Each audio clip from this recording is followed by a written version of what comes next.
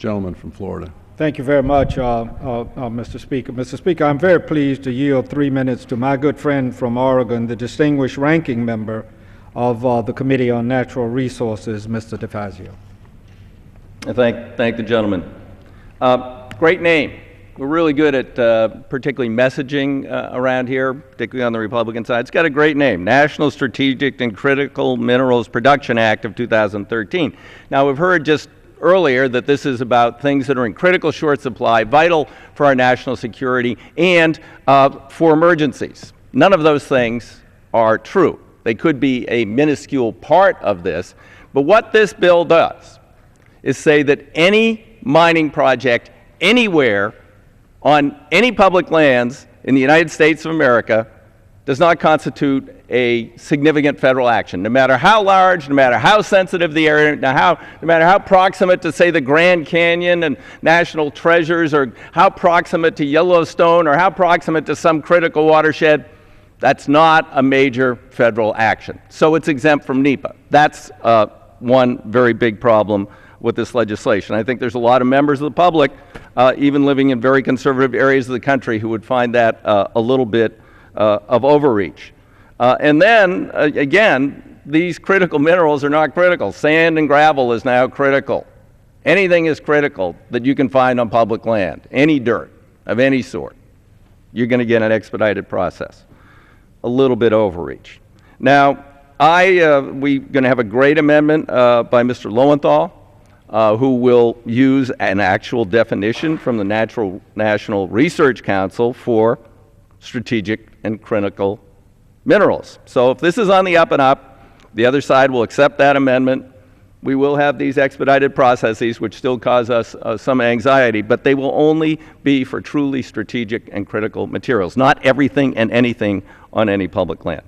Now, secondly, most Americans would be appalled, those who don't already know, to learn that we give away all of the minerals on our public lands. Gold, uranium, platinum, no matter what it is, we give it away. We do not charge, unlike many Western states, unlike Native American tribal lands, unlike private lands, unlike most foreign countries, we don't charge a royalty for extracting minerals from our lands, no matter how valuable, no matter how many billions of dollars that load might be worth of platinum or gold or uranium. No charge. Give it away.